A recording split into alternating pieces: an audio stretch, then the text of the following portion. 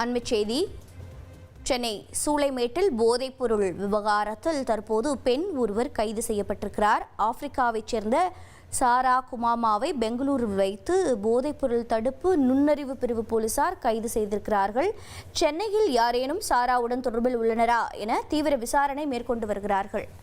விவரங்களை செய்தியாளர் சசிதரன் வழங்கிட கேட்கலாம். சசிதரன் வணக்கம். இந்த போதைப்பொருள் விவகாரத்தில் வேறு யாருக்கேனும் தொடர்பு இருக்கிறது, என்ன விவரம்?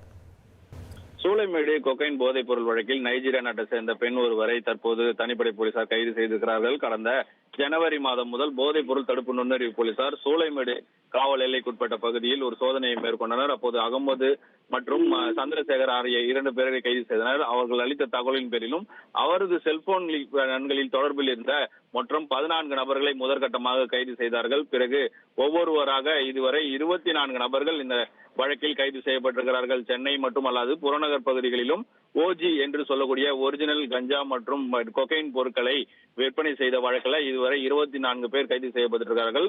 தற்போது இதற்கு போதைப் பொருள் அங்கு பெங்களூரில் இருந்து சப்ளை செய்த நபர் என்கிற காரணத்திற்காக நைஜீரியா நாட்டை சேர்ந்த சாரா குமாமா என்கிற ஒரு பெண்ணை கைது செய்திருக்கிறார்கள். அவரிடம் இருந்து 2 செல்போன்கள் பறிமுதல் செய்யப்பட்டிருக்கிறது. இதில் இந்த சூளைமேடு காவல் நிலைய வழக்கை பொறுத்தமட்டில் இவர் 25வது நபராக கைது செய்யப்பட்டிருப்பதாக காவல்துறை தரப்பில் தெரிவிக்கப்பட்டிருக்கிறது.